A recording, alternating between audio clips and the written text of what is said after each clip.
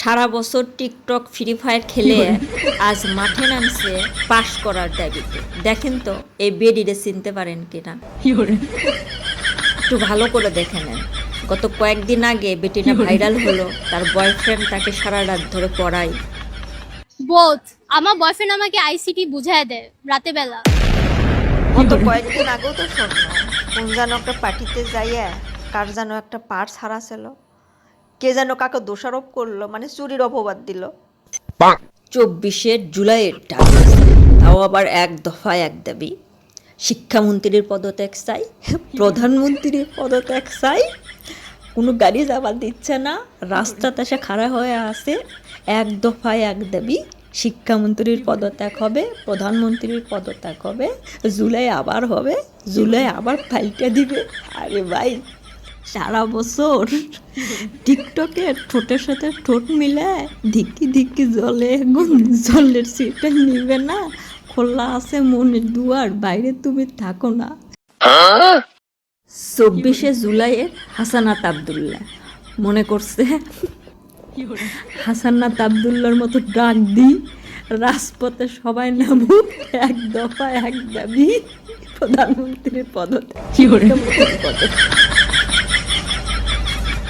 কথা সেটা লয়, কথা হচ্ছে পরীক্ষার হল কড়াকড়ি গার্ড হলেও কোশ্চেন কিন্তু ভাই সহজ করছে। যারা পড়ছে তারা পারে। জিকেও ভালো ছিল, সিকিও ভালো ছিল, ভালো লাগছে। উনি আলহামদুলিল্লাহ ভালো হয়েছে। পড়লে তো অবভিয়াসলি কমন পড়বে।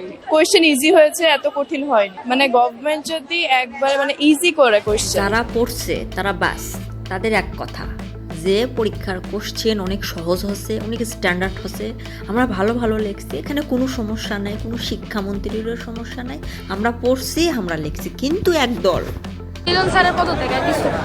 বেডানে বেডি ভাই আন্দোলনে নামছে। আমার বোঝারই ভুল হচ্ছে, এই আন্দোলনের ভিতর আরও কিছু নামছে যারা কিনা শিক্ষা সম্পর্কে যাদের মাথা কোনো জ্ঞান নাই। এরা ভং ভাং দিয়া আসছে, নতুন আইডি কার্ড নিয়ে এগের সাথে যোগ দিছে ভাই। যোগ দিয়ে আন্দোলনে নামছে, মিছিল বের করছে, প্রধানমন্ত্রীর পদত্যাগ, শিক্ষামন্ত্রীর পদত্যাগ। এরা মনে করছে যে আবার জুলাইয়ের ডাক দিয়ে সবাই রাজপথে নামো, আন্দোলন করি, এরপরে শিক্ষামন্ত্রীর পদত্যাগ চাই, প্রধানমন্ত্রী। আরে ভাই শোন, মানুষ কি এতই বোকা? মানুষ কি এতটা পাগল? এই অটো পাস দিতে দিতে ভাই বিশ্বাস করেন, এই যারা পড়াশোনা করছে বা যারা বেকার বসে আছে তারাই বোঝে, অটো পাস খাওয়ার পর যখন একজন মাস্টার্স পাস করা বেটা যখন একটা পরিবারে থাকে, তখন সেই বোঝে যে তার যখন কোনো চাকরি হয় না, আর হয় না, এই সমাজের মানুষ তারে কি বলে যে লেখাপড়া করছে, যারা ঘরত বসে থেকে বেটার চাকরি, মেয়েটা তো মাস্টার্স, মেয়েটা তো বিএ পাস। এই অটো পাস গুলে, ওই অটো পাস খাইতে খাইতে পরে যায় এই অবস্থা।